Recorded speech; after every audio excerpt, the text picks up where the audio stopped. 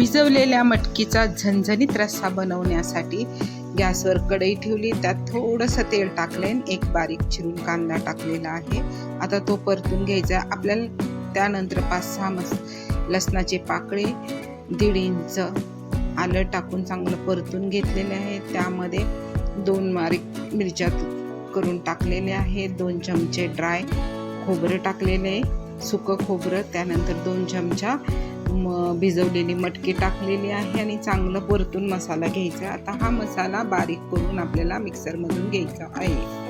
त्यानंतर गॅसवर कढई ठेवली, त्यामध्ये तेल टाकून घेतलेले 1 ते 1.5 चमचा, त्यामध्ये जिरे टाकून घेतलेले आहे आणि त्यामध्ये अर्धा चमचा लाल तिखट टाकून घेतलेले, म्हणजे आपल्या रस्स्याला छानपैकी तरी येईल म्हणून तेलात लाल तिखट टाकून घेतलेले. त्यानंतर आपण जो मिक्सरला बारीक केलेला आहे मसाला तो टाकून घ्यायचा आहे, चांगलं परतून घ्यायचं आहे 2 मिनटं. त्यानंतर त्यामध्ये धने पावडर टाकून घ्यायची आहे, त्याच्यानंतर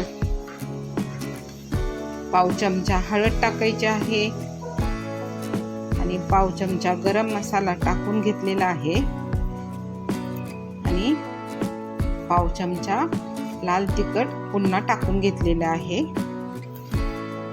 त्याच्यानंतर त्यामध्ये किंग मसाला जो मिळतो तो टाकून घेतलेला आहे, हिंग पावडर पाव चमचा टाकून घेतलेली आणि चवीनुसार मीठ टाकून घ्यायचं. आता हे चांगलं मिक्स करून परतून घ्यायचं आहे. मसाला स्लो फ्लेमवरच आपण शिजवून घ्यायचा आहे. त्यानंतर भिजवलेली मटकी टाकून घ्यायची आहे 1 वाटी. आता मटकी आणि मसाला चांगला 2 मिनटं परतून घ्यायचा आहे. आता परतल्यानंतर त्यामध्ये गरम पाणी टाकून घ्यायचे. आपल्याला जेवढा रस्सा हवा आहे तेवढं आपण पाणी टाकून घ्यायचं. त्यानंतर त्याच्यामध्ये कस्तुरी मेथी वरून टाकायची, त्याची टेस्ट भाजीमध्ये खूपच सुंदर येते. त्यानंतर त्याच्यावर झाकून ठेवायचे, चांगले मटकी शिजेपर्यंत झाकून ठेवायचं आहे. उकळी आलेली आहे, मस्त आपला झणझणीत मटकीचा रस्सा झालेला आहे. धन्यवाद.